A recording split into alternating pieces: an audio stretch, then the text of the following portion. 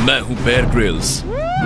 मैंने दुनिया के सबसे दूर दराज इलाकों में जाकर वहाँ की जानलेवा चुनौतियों का सामना किया है। मैं ऐसी जगहों पर गया हूँ जहाँ सर्वाइवल स्किल्स ना पता हो तो आप एक दिन भी जिंदा नहीं बच पाएंगे।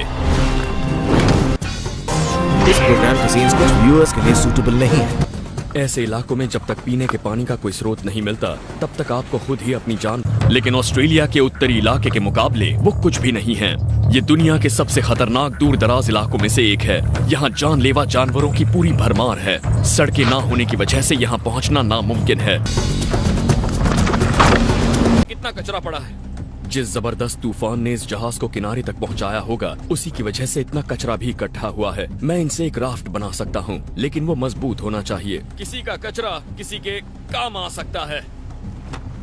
यहाँ बहकर आए बांस से मैं उसका फ्रेम बना सकता हूँ, जिससे राफ्ट को काफी मजबूती मिलेगी। मैं इन तीनों को एक साथ बांधकर राफ्ट का हल बना सकता हूँ और फिर उसी तरह से एक और ढांचा बनाकर मैं एक अच्छा सा कैटमरान बना सकता हूँ।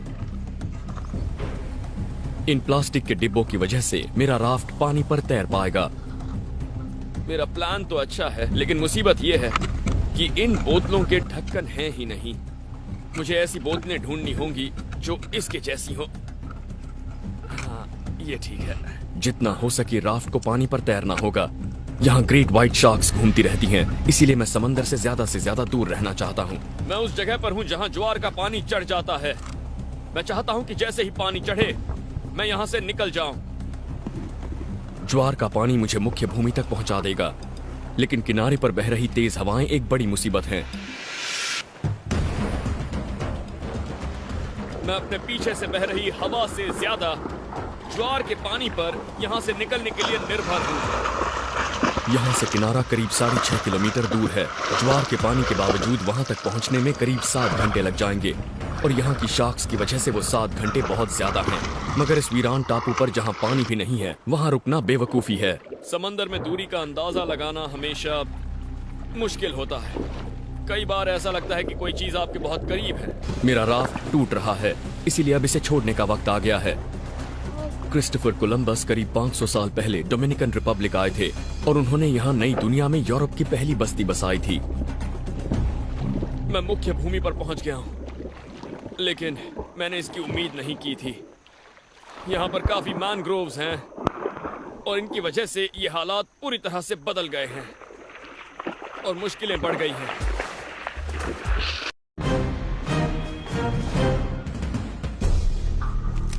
मैं अभी डोमिनिकन रिपब्लिक के दक्षिणी समुद्री किनारे पर मच्छरों से भरे मैनग्रोव में हूँ। ये तो सचमुच एक नर्क जैसा है। मैनग्रोव्स हमारे पारितंत्र का बड़ा अहम हिस्सा होते हैं और इनकी जड़ें ऐसी होती हैं कि ये खारे पानी में भी बचे रहते हैं। मैं उन जड़ों की मदद से ही इस दलदल से निकलने की कोशिश करूंगा। देखा जाए तो इनकी मदद से पानी से बाहर निकलना काफी आसान होता है। ये देखिए, हम यहाँ से इनके सहारे आगे बढ़ने की कोशिश कर सकते हैं, क्योंकि इससे हम तेजी से आगे बढ़ सकते हैं। ये जड़ें ज्यादा मजबूत नहीं लगती, लेकिन ये एक दूसरे में इस तरह से उलझी होती हैं कि बड़ी आसानी से मेरा वजन संभाल सकती हैं। मैंने कीचड़ लगा रखा है, फिर भी ये मच्छर मेरा पीछा नहीं छोड़ रहे। लगता है आगे रास्ता साफ होता जा रहा है।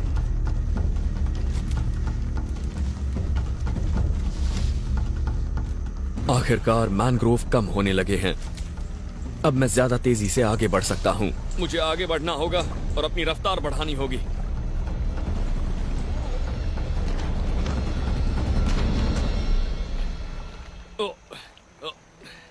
एक मिनट।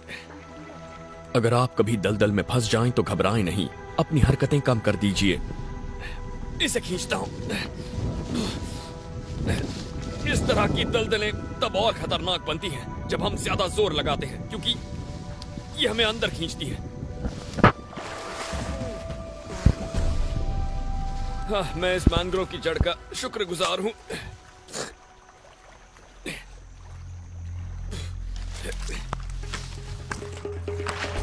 अब मैं मैनग्रोव पार करके खारे पानी के इलाके में आ गया हूँ, लेकिन मेरे और उस अंदर वाले इलाके के बीच में कई छोटे छोटे टीले हैं और हरिकेन के मौसम में किनारों से दूर जमीन पर किसी ऊंची जगह पर रहना ही अच्छा है, और मैं भी वही करने वाला हूँ।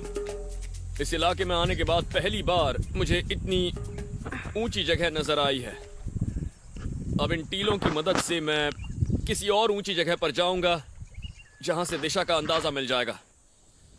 ये टीले समंदर के स्तर में बार बार आए बदलावों से बने हैं।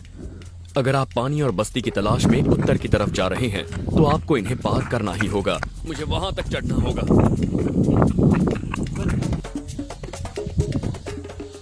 लोग इन पत्थरों को दानव के दांत कहते हैं और आप उसकी वजह समझ सकते हैं। ये इतने धारदार हैं कि इन पर गिरने पर ये हमारे शरीर के टुकड़े कर सकते हैं।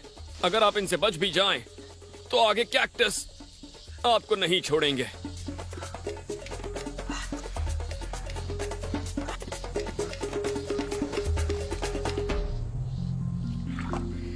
वाह, जब कोलंबस यहां डोमिनिकन रिपब्लिक आए होंगे तो उन्होंने भी यही नजारा देखा होगा। यह नजारा बहुत ही दिलकश है।